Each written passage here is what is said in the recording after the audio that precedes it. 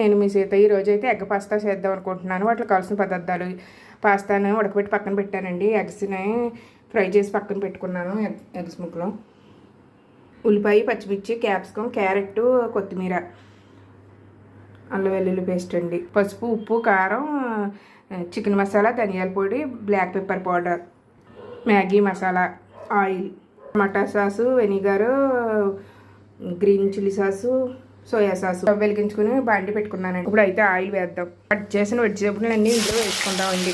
బాగా ఏగనిద్దాం. పసుపు వేసేద్దాం, అలాగే ఉప్పును కూడా వేసేద్దామండి. అల్లం వెల్లుల్లి పేస్ట్ వేసేద్దామండి. ఉడకబెట్టుకున్న పాస్తాను వేసుకుందామండి. చికెన్ ఫ్రై చేశాను కదండి, అవి కూడా వేసుకుందాం. ఇప్పుడైతే కారం, చికెన్ మసాలా, ధనియాల masala, black pepper powder, green chilli sauce, tomato sauce, vinegar, soya sauce బాగా కలిపేసుకుందామండి. లాస్ట్గా మ్యాగీ మసాలా, లాస్ట్గా కొత్తిమీర.